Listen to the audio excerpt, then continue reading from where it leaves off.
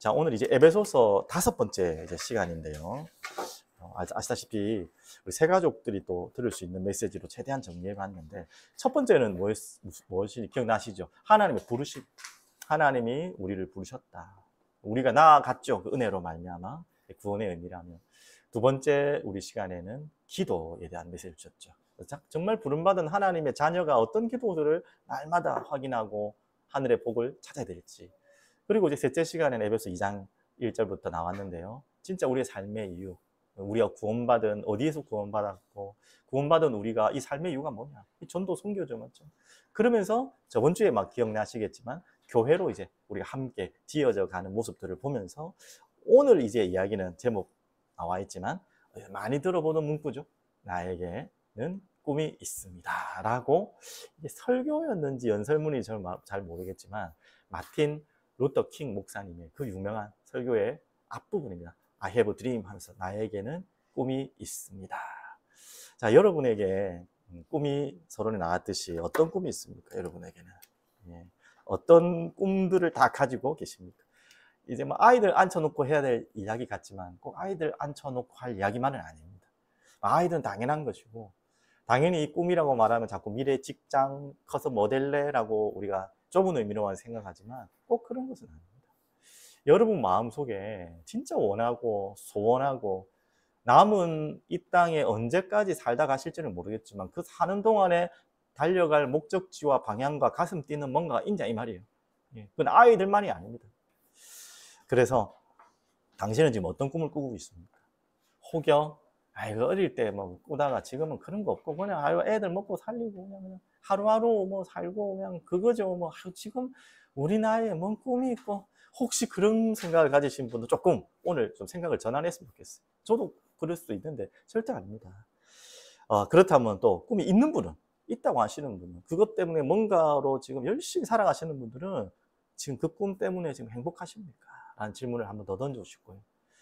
그리고 진정한 여러분이 꾸고 있는 그 꿈이 여러분을 순간 잠시 말고 영원히 행복하게 할 수 있는 꿈이 맞습니까? 라는 질문도 당연히 던져봤으면 좋겠어요. 그래서 오늘 너무 많은 이야기들을 할 시간이 없고, 그렇다면 진정한 꿈을 꾼 자를, 그래서 행복한 자를 소개해드리겠습니다. 그 누구죠? 오늘 바울이라는 인물입니다. 여러분 잘 아는 바울. 원래 바울은 꿈이 없다가 예수님 믿고 꿈을 찾은 사람이 아니라, 아시다시피 엄청난 열정의 사람이었고, 아시다시피 그냥 대충 아이고 뭐 하루하루 사는 거지 그를 살았던 사람은 아니었던 것 같아요. 그러니까 예수 믿는 사람들 잡으러 다니고 죽이러 다니고 하던 자기 나름대로 열정과 꿈이 많았습니다. 하물며 그것이 그 당시에는 하나님을 제일 기쁘게 하는 일이라고 완전 착각하고 잘못된 꿈에 사로잡혀서, 아니 정확하게 말하면 자기가 붙잡으려고 하는 꿈을 붙잡고 자기 열심껏 달려간 거예요. 거기에서 한번 뒤집어지는 사건이 있다는 거 다 아시죠? 사도행전 9장에 다마스코스, 다메속이라는 곳을 그 살기등등한 마음으로, 그 전에 무엇입니까? 돌에 맞아 죽는 스데반의 죽음 또한 당연히 여기 있는 그런, 어떻게 보면 그 마음 속에 그렇게 악한 마음이 덮여 있는 것도 모르고 자신의 꿈을 가지고 막 달려가고 있었던 거예요. 그러다가 다메섹에서 완전히 사람이 뒤집어진 거 아닙니까? 눈도 보이지 않을 만큼 호련히 환한 빛을 보면서 거기에서 사울아 사울아 네가 왜 나를 핍박하느냐. 사울이, 그 당시에 사울로 부름받았던 사울이 누구십니까? 네가 핍박하는 바로 예수다. 근데 여기서 여러분 잘 아는 질문처럼 바울은 예수님 계신 당시에 예수님을 핍박한 적 없거든요. 근데 이제 저번 주 메시지랑 연결되는 거죠. 근데 왜 예수님은 나를 핍박한다 했을까요? 바로 교회가 예수님이고 교회의 머리가 예수님이기 때문에. 참 아름다운 말씀이죠. 그래서 예수님은 그 제자들을 핍박한 것이고 교회를 핍박하고 있는 사울이었지만, 예수님은 자신을 핍박한다고 했어요. 이제 그 말에 또 내가 누구라는 그 자신의 신분을 밝히는 그 말에 바울은 완전히 뒤집어져 버린 거죠. 그리고 오늘 이제 그 꿈을 소개해 드립니다. 그 전의 꿈과 그 다메섹 이후의 꿈은 완전히 180도 바뀐 꿈을 꿨습니다. 그 이야기를 오늘 3장에서 여러분들 눈치채셨는지 모르겠지만 하나하나 끄집어내고 있는 거예요. 첫 번째는요, 어떤 바울에게 새로운 꿈이 꾸졌습니까? 그 꿈의 내용과 본론 이거 있어요. 내게 주신 하나님의 은혜의 경륜. 좀 어려운 단어들이 많이 나오기 때문에 밑에 참고 설명도 잘 해놨기 때문에 보십시오. 자, 그러면 먼저 2절에 오늘 읽었겠지만 2절에 이런 말씀이 있습니다. 한번 보십시오. 너희를 위하여 내게 주신 하나님의 그 은혜의 경륜을 너희가 들었을 터이라 나왔죠. 너희를 위하여 내게 주신 하나님의 은혜의 경륜. 이미 누구에게 주셨다고요? 바울에게 주신 하나님의 은혜의 경륜이 있던 것입니다. 그게 무엇입니까? 바로 이것입니다. 그리스도 안에서 통일되게 하려 하십니다. 그래서 이미 그 뜻의 비밀을 우리에게 알리신 것이요 그의 기뻐하심을 따라 그리스도 안에서 때가 찬 경륜을 위하여 에베소 1장 9절 10절을 읽는 것입니다. 밑에 성경 구절 있죠. 예정하신 것이니 하늘에 있는 것이나 땅에 있는 것이 다 그리스도 안에 통일되게 하려 하십니다. 에베소서 처음에 우리 배웠을 때 이 말씀을 아마 전달한 기억나는데, 통일된다는 말이 무슨 말이죠? 그리스도 안에? 그리스도 안으로 다 하나 된다는 거예요.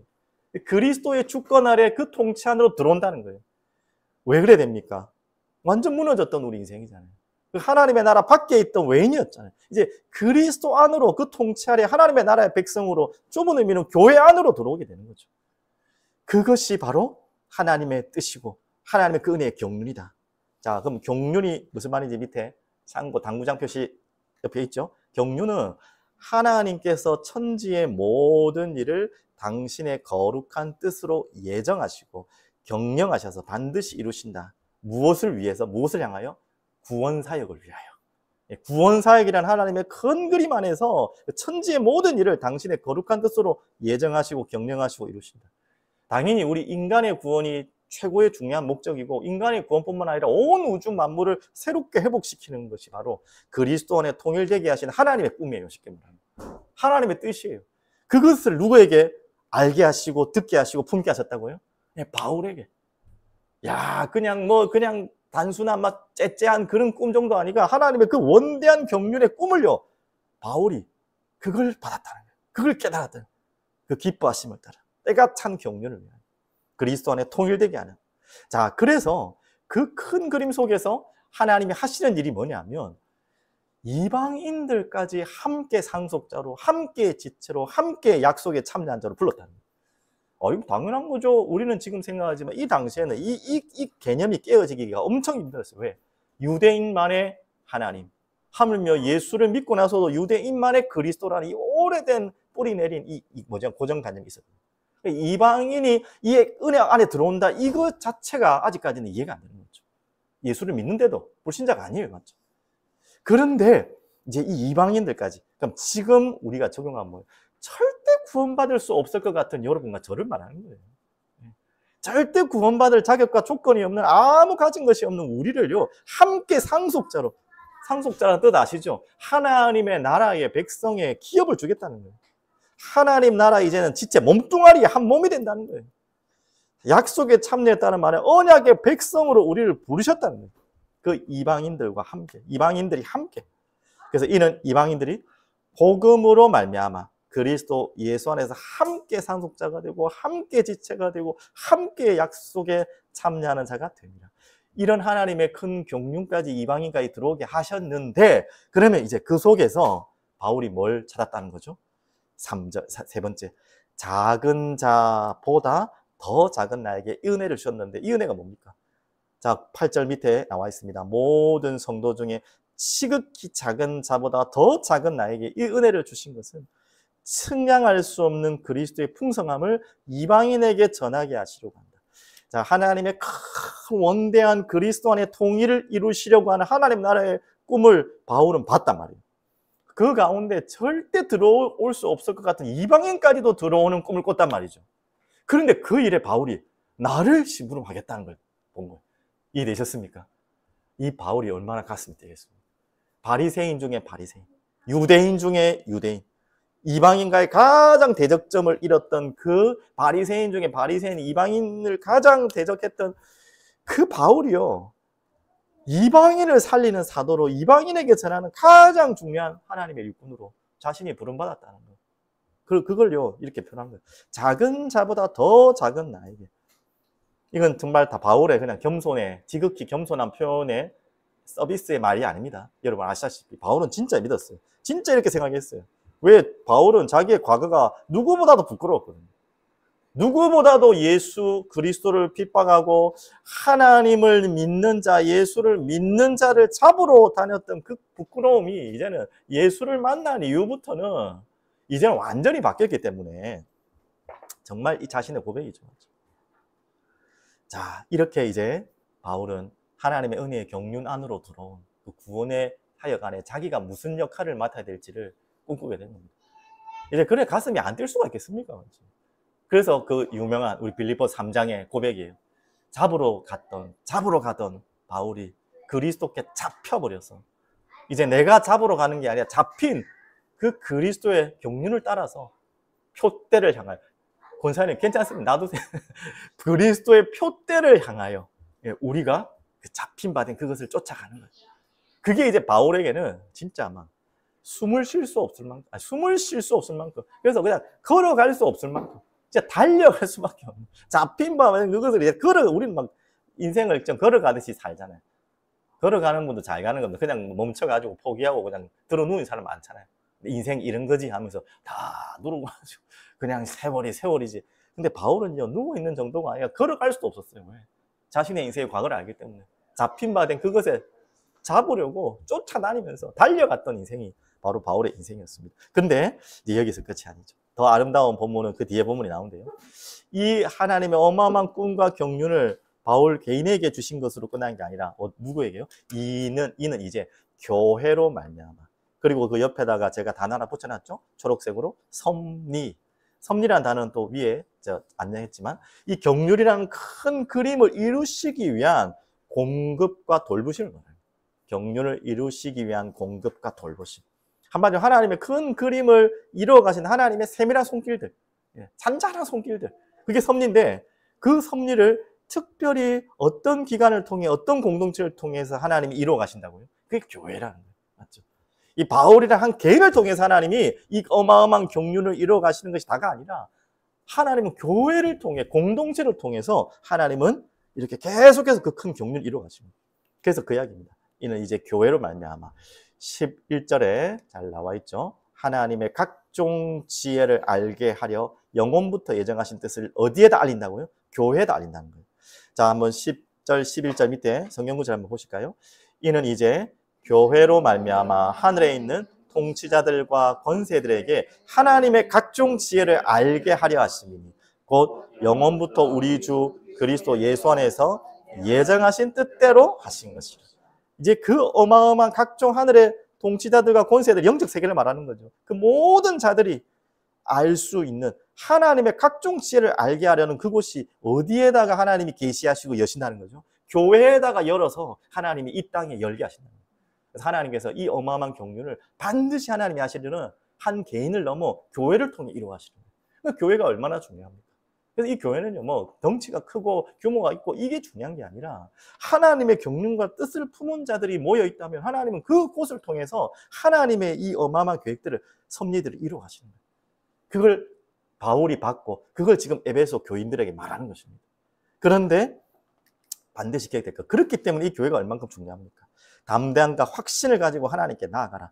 한마디로 우리가 하나님께 나아갈 수 있는 하나의 또 중요한 공동체가 교회입니다. 하나님은 그래서 교회를 통하여 하나님을 만나도록 하십니다. 그래서 우리가 그 안에서 그를 믿음으로 말미암아 담대함과 확신을 가지고 하나님께 나아감을 얻느니라. 우리는 그래서 담대함과 확신을 가지고 주님 앞에 나아가 예배드리고 또 주님께로 나올 수 있도록 많은 백성들을 교회 안으로 들어오도록, 그래서 하나님께로 가는 길을 열어주는 중요한 매개체가 바로 교회라는 공동체입니다. 우리가 가볍게 생각할 일이 아니에요. 우리가 이렇게 그 규모 상관없이 모여 있다는 것 자체가 하나님의 어마어마한 큰 경륜과 꿈 아래 한 분 한 분들을 모아두셔서 그 지역에 맞는 하나님의 통로로 만드신 거예요. 자, 그러면 이제는 이렇게 큰 꿈을, 하나님의 이 어마어마한 그림을 그리고 내가 받았다면 승승장구해야 될 거 아닙니까? 근데 다른 이야기를 하세요. 그렇지만 그러므로 너희에게 구하노니 너희를 위한 나의 여러 환난에 대하여 낙심하지 마라. 지금 바울이 이런 어마어마한 꿈을 꾸고 이제 달려가고 잡힌 바 된 그것에 가는데, 그러면 문이 쫙 열려야 될 거 아닙니까? 진짜 홍해 갈라져, 다 갈라져 버리고 막 그래야 되는데, 뭐 그런 역사도 있었지만 그와 반대로 바울은 계속해서 고난의 연속이었습니다. 아시다시피. 얼마나 고난을 많이 받았던지 지금 그 이야기도 하는 거예요. 환난에 대해 너희들이 낙심하지 마. 지금 그 이야기를 하는 거예요. 그게 바울이 이 사도라는 그 뭡니까 자기의 직분에 대해서 많은 또 의심하는 사람도 있었어요. 그 의심하는 것 중에 이유 중에 한 가지가 이거였어요. 아니 복음 전하는 사도라는 사람이 뭔 저래 고난을 받냐고요. 저렇게 어려움을 당한 저게 진짜 사도 맞나?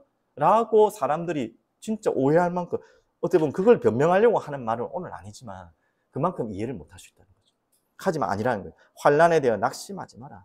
이는 너희의 영광이니라. 그러면서 다시 1절에 돌아가면 이러므로 그리스도의 예수의 일로 또 무엇 때문에요? 이방인을 위하여 갇힌 자들 나 바울이 말하거니와.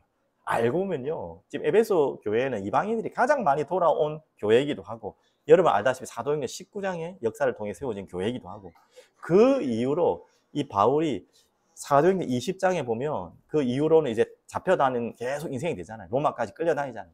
그 결정적으로 바울이 왜 잡힌지 아십니까? 뭐 아무나 잡으면 안 되잖아요.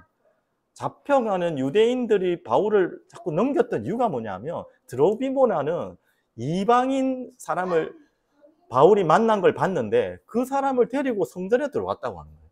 아니거든요. 완전 생 무명인데 그냥 이방인들하고 많이 어울리고 다니니까 누군가가 잘못 봤는지 누구를 덮어 씌우려고 했는지 이방인 데리고 들어올 수 없는 성전에 들어왔다. 이거 완전 신성모독이거든요. 그래서 유대인들이 들고 일어나는 거예요. 그래서 법정에 고소하고 그렇게 해가지고 바울이 풀려날 수 있었지만 일부러 가이사 앞에까지 가는 지금 그 이야기인데 한마디로 왜 갇혔다고요? 이방인 때문에 시켜만 누명 쓰고 다. 너희들 때문에 내가 누명 썼다는 거예요. 근데 그것 때문에 나는 하나도 힘들지 않다는 거예요. 왜? 그게 하나님이 내게 주신 꿈이 속에 있는 걸음이기 때문에. 한마디로 뭡니까? 환난, 어려움, 문제. 하나님이 주시는 꿈이 정확한 맞다면 그것 때문에 어려운 문제나 환난 때문에 절대 낙심하지 마라. 그걸 지금 마지막 말하는 거죠. 자, 그러면 마지막 결론으로 말씀드립니다. 자, 다이아몬드에 보면 꿈꾸는 자가 오는도다. 제가 뭐 글자가 오타가 냈네요. 아, 맞네요. 꿈꾸는 자가 디오스가 좀 오는도다. 자, 이 말씀은 누가 누구에게 한 말인지 혹시 아시겠습니까?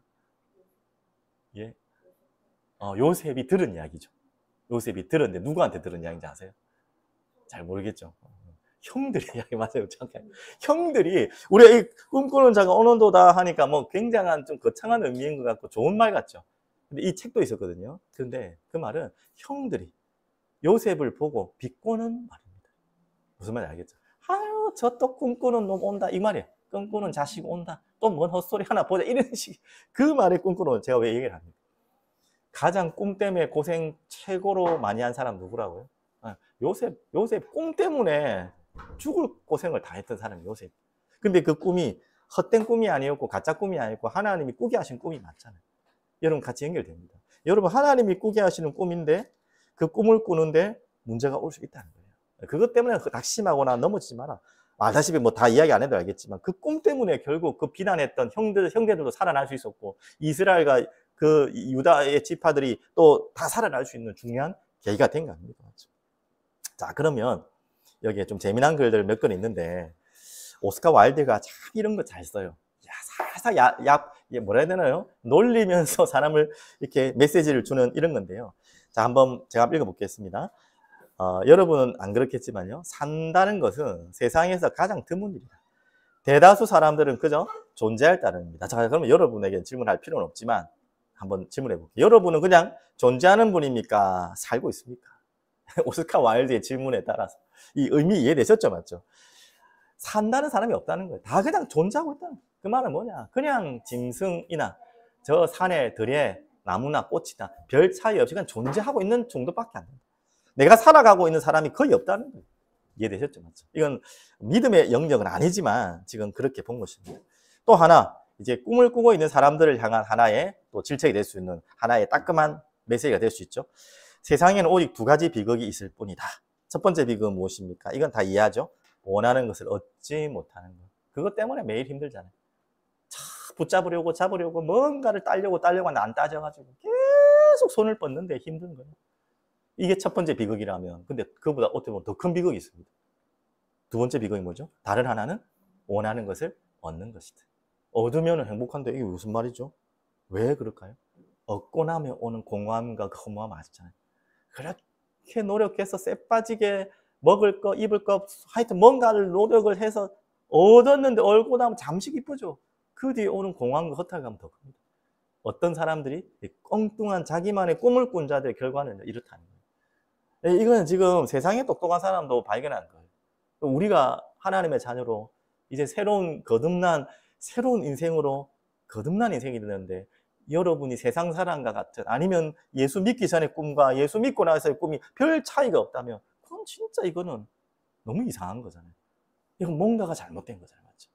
자, 그래서 오늘 한 예를 들면요. 나중에 찬양 끝나고 하겠지만 존 뉴턴, 우리 주일날 잠시 말씀드렸지만 그 유명한, 옆에 나와 있지만 305장의 찬양을 작사하신 분입니다. 근데 원래 이분이 어떤 꿈을 꾸고 살았냐면, 어떤 꿈이라고 하기는 보다는 어떻게 존재하고 살았냐면, 원래는 노예선 있잖아요. 노예 잡아가지고 노예 팔아 넘기고 하는 그 배를 탄 선장 역할을 하신 분. 그러니까 돈 많이 벌었겠습니까? 그 당시에 돈 많이 벌었겠죠. 노예 잡아가 팔았으면 그 이득이 얼마나 많았겠어요. 그런데 이 사람이 이제 그런 일을 계속 하다가 배에서 풍랑을 만난 거예요. 배가 뒤집어지려고 하는 거예요. 태풍을 만나 난리 난 거예요. 그때 그래도 이분이 그때 뭐 믿음이 있는지 몰라도 그래도 그 기독교 배경의 나라의 사람이니까 하나님께 기도한 거예요. 한 번만 살려주시면 죽을래. 한 번만 살려주시면 제가 한마디로 개가천선하겠습니다. 바뀌겠습니다. 하나님 살려주셨어요. 그래서 돌아와서 이제 그 일을 당연히 접을 뿐만 아니라 뭐 했나. 이제 그래서 목회자가 된 거예요. 그때 고백했던 고백이 나 같은 죄인 살리시. 그 은혜 놀라워. 잃었던 생명 얻었고 광명을 얻었다. 여러분 잘 아는. 그냥 우리가 우리 찬송가 중에 가장 어떻게 유명한 찬송가인데 이 유명한 가사가 나오기까지는 이런 회심과 회개의 기회가 하나님께 주어졌던 거죠. 그래서 완전히 예수 믿기 전과 예수 믿은 후에 꿈이 완전히 달라져요. 사람 중에 한 분으로 소개해드리고 마지막 한 분은 여러분 다 들었겠지만 엘비트리라는 분이 있습니다. 이분은 정말 꼭 소개해드리고 싶어요. 그렇게 오래된 인물도 아니잖아요. 1924년. 이분은 원래 뭐였냐면 스코틀랜드의 국민 영웅 100m 세계 기록 보유자였어요. 이제 올림픽을 앞두고 올림픽에 나가게 되죠. 뭐 세계 기록 보유자가 거의 올림픽 가면 특별한 실수만 없으면 금메달 하잖아요. 맞죠? 그러니까 이미 막 쉽게 말하면 뭐 김연아, 우리나라의 뭐 황영조 뭐 이런 급이에요. 그래서 막 기대가 막 다 찬 거예요. 그래서 이제 100m를 다 하면 예선이 많지 않습니까? 근데 예선 중에 참 어쩔 수 없지만 주일에 끼어버린 거예요. 주일이 딱 끼어가지고 이제 그 주일에 경기를 뛰어야 되는 거죠. 그럼 어떻게 했을까, 엘리트들이? 그렇게 해서 주일날 일하고 안 한 거예요. 여러분도 오해하시면 안 돼요. 주일날 뭐 일하면 뭐 벌 받고 지옥 가고 그런 의미로 한 게 아닙니다. 종교적인 뭔가의 하나의 한 게 아니라 이 엘리트를 하나님 너무 사랑했고 하나님을 경외하는 분이라서 내가 꾸는 꿈이 바로 100m 세계 신기록 보유자 금메달이 아니었거든요. 자기는 하나님께 영광의 꿈이었거든요. 그러니까 당연히 자기에게 그것을 내려놔 버린 거죠. 그러니까 여러 언론들 알잖아요.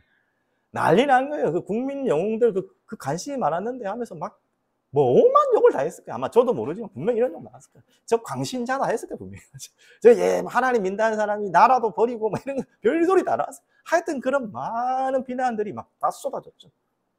그래서 결국은 예선전을 치르지 않으니까 어떻게 뭐 금메달이고 아무것도 없잖아요. 한순간에 국민 영웅이 다 추락해 버렸어요. 그런데 원래 100m 뛰는 사람이 뭐 단거리 뭐 200m까지 뛰어도 400m까지 거의 안 뛰거든요. 근데 400m 이제 시간이 남아버린 거예요. 자기가 원래 출전하지 않으려 했는 그런 것 같은데. 그래서 400m에 자기가 들어간 거예요. 근데 여러분 알다시피 실제 이야기입니다. 뭐 소설이 아니고 400m에 예상치 않은 금메달을 따버린 거예요. 그러니까 이제 완전 더 뒤집어진 거지. 더 드라마틱하잖아. 그러니까 다시 또 언론들 난리 난 거예요. 야, 국민 영웅이 된 거예요. 최고의 정점에서 이제 꿈이 이루어졌잖아요. 근데 이 사람에게는 그게 꿈이 아니었다니까. 그 자리를 이제 국민 영웅, 이제 뭐 코치를 하든지 뭐 얼마나 먹고 살기 좋은 이제 모든 탄탄대로 갔는데 그 길을 다 내려놓고 다시 중국으로 선교사로 떠납니다. 정말. 그래서 중국 선교사로 가서 결국 일본인 포로 수용소에서 선교하다가 거기에 너무 열악한 환경에서 순교해요. 그들 돕고 뭐 이렇게 하다가 맞죠. 그렇게 인생이 맞죠. 자, 이 인생을 보고 여러분 어떤 생각이 나오십니까? 정말 하나님을 만나고 하나님의 영광이 임한 그 마음이요. 느끼지 않습니까? 그래서 진짜 이 사람이 꿨던 꿈은 어디가 아니라 진짜 하나님의 뜻과 계획 따라서. 그래서 혹시 아까 전에 말했던 400m 금메달을 못 땄더라도, 예.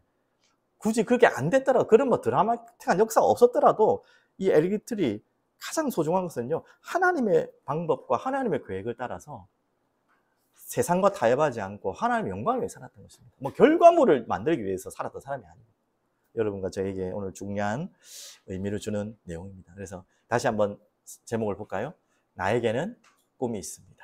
여러분 정말 그냥 나이가 많아 이제 꿈 같은 건 없습니다 하는 분들도 잘못된 것입니다. 정말 주님을 만났다면, 정말 주님을 뜨겁게 만났고 내가 과거에서 돌아오는 회심과 회개의 자리에 들어왔다면 여러분이 당연히 다른 삶을 사는 게 당연한 것입니다. 착하게 바르게 살아가는 수준이 아니고요. 그 과거에 달려갔던 그 달려가는 길과 지금 달려가는 길이 다른데 똑같이 과거처럼 달려간다면 둘 중에 하나겠죠. 하나님을 무시하고 가고 있든지 아니면 하나님 안 만났든지. 분명히 여러분 하나님 만난 분이기 때문에 여러분 그렇게 하는 거예요. 그래서 가고 있는 길에서 여러분이 맞다면은 그건 결과를 여러분 상관할 필요가 없어요. 오늘 다시 한번 고백했으면 좋겠습니다. 나에게는 꿈이 있습니다. 이 이야기를 했던 분도 알다시피 마틴 루터 킹 목사님이잖아요. 정말 흑인의 인권을 위해서 자기 인생을 드렸던 분이잖아요. 뭐 그 아래에 있는 복음적인 사상이나 제가 신앙은 잘 모르겠지만 하여튼 그 본질 자체는 하나님의 꿈을 꾸고 살았던 사람. 오늘 여러분에게도 하나님의 꿈을 꾸고 새롭게 달려가는 여러분 되기를 간절히 기도드리겠습니다. 기도하겠습니다. 살아계신 주님 감사합니다. 찬양합니다. 오늘도 귀한 가정에서 또 각자의 자리에서 우리에게 주신 그 하나님의 크고 비밀한 경륜과 섭리 아래서 온 우주 만물을 그리스도 안에 통일되게 하시려고 하는 하나님의 그 가슴 뛰는 계획과 소원 속에 바울을 부르시고 또한 2000년대 지금 오늘 이 땅을 사는 우리들을 부르셔서 또 교회로 말미암아 이 걸음을 주님과 함께 주님을 따라 걸어가게 하신 주님을 찬양합니다. 하나님 아무 꿈이 없고 존재하는 목적으로 살아가는 분이 있다면 하나님 우리가 살아야 될 이유를 다시 찾고 꿈꾸게 하여 주시옵소서. 하나님이 주시는 꿈이 맞다면 그 꿈을 달려가는 모든 길 또한 하나님이 원하시는 방법과 계획대로 걸어가고 달려갈 수 있도록 주님 인도하여 주시옵소서. 감사와 찬양을 드리며 살아계신 예수 그리스도 이름으로 기도드립니다. 아멘.